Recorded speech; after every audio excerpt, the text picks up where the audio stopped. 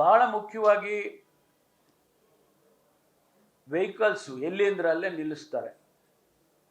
ಕಾರನ್ನವರು ನಿಲ್ಲಿಸ್ತಾರೆ, ಹೆಚ್ಚಿನ ಅಂಶ two wheelers ನಿಲ್ಲಿಸ್ತಾರೆ. ಅದರಿಂದ ಬ್ಲಾಕ್ ಆಗುತ್ತೆ. ಅದಕ್ಕೆ ನಾವು ಹಿಂದೆ ಏನು ಮಾಡ್ತಿದ್ದೋ ಅಂದರೆ ಟೋಯಿಂಗ್ ಮಾಡ್ತಾಯಿದ್ವಿ. ಟೋಯಿಂಗ್ ಮಾಡಿ ನಮ್ಮ ವೆಹಿಕಲ್ಸ್ನ ಎತ್ಕೊಂಡು ಹೋಗಿ ಅವರು ಬೇರೆ ಕಡೆ ನಿಲ್ಲಿಸಿ ಸ್ಟೇಷನಲ್ಲಿ ನಿಲ್ಲಿಸಿ ಅವ್ರು ಹೋಗಿ ದುಡ್ಡು ಫೈನ್ ಕಟ್ಬಿಟ್ಟು ತೊಗೊಂಡು ಹೋಗೋರು. ಅದನ್ನು ಕಾರಣಾಂತರದಿಂದ ನಾವು ನಿಲ್ಲಿಸಿದ್ದು ಹಿಂದೆ. ಈಗ we are going to reintroduce that. ಆ ರೀಇಂಟ್ರಡ್ಯೂಸ್ ಮಾಡುವಾಗ ನಮ್ಮದೇ ವೆಹಿಕಲ್ಗಳು ನಾವೇನು ಹಿಂದೆ ಬಾಡಿಗೆಗೆ ತೊಗೊಂಡು ಮಾಡ್ತಾ ಇದ್ವಲ್ಲ, ಅದನ್ನು ಬಿಟ್ಟು ನಾವೇ ನಮ್ಮ ವೆಹಿಕಲ್ಸ್ಗಳನ್ನೇ, ಪೊಲೀಸ್ ವೆಹಿಕಲ್ಸನ್ನೇ ನಮ್ಮ ಸಿಬ್ಬಂದಿಯವ್ರನ್ನೇ ಹಾಕಿ ಅದನ್ನು ಲಿಫ್ಟ್ ಮಾಡಬೇಕು, ಮತ್ತೆ ರೀಇಂಟ್ರಡ್ಯೂಸ್ ಮಾಡಬೇಕು ಅಂತ ಇವತ್ತು ಒಂದು ತೀರ್ಮಾನ ತೊಗೊಂಡಿದ್ದೇವೆ.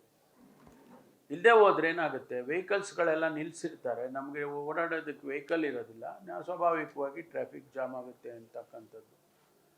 ಅದರ ಜೊತೆಗೆ ಇನ್ನೂ ಅನೇಕ ಕ್ರಮಗಳನ್ನು ನಾವು ಟ್ರಾಫಿಕ್ಕಿಗೆ ಸಂಬಂಧಪಟ್ಟಾಗೆ ತೊಗೊಂಡು BBMP ಅವರ ಜೊತೆಯಲ್ಲಿ ನಾವು ಕ್ರಮ ತಗೊಳ್ತೇವೆ.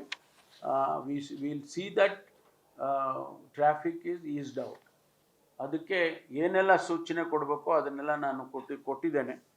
ಆ ಕೆಲಸ ಆಗುತ್ತೆ.